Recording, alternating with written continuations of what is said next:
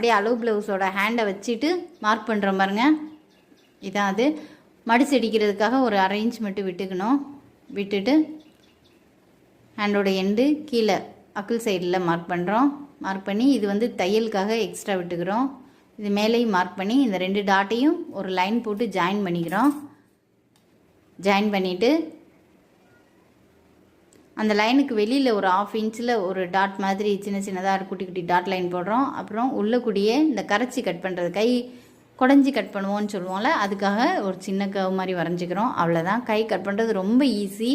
நீங்கள் தைக்கும்போது மட்டும் கை வந்து ரொம்ப கவனமாக பார்த்து அதை வந்து ஜாயின் பண்ணணும். இப்போ 4 இருக்குது.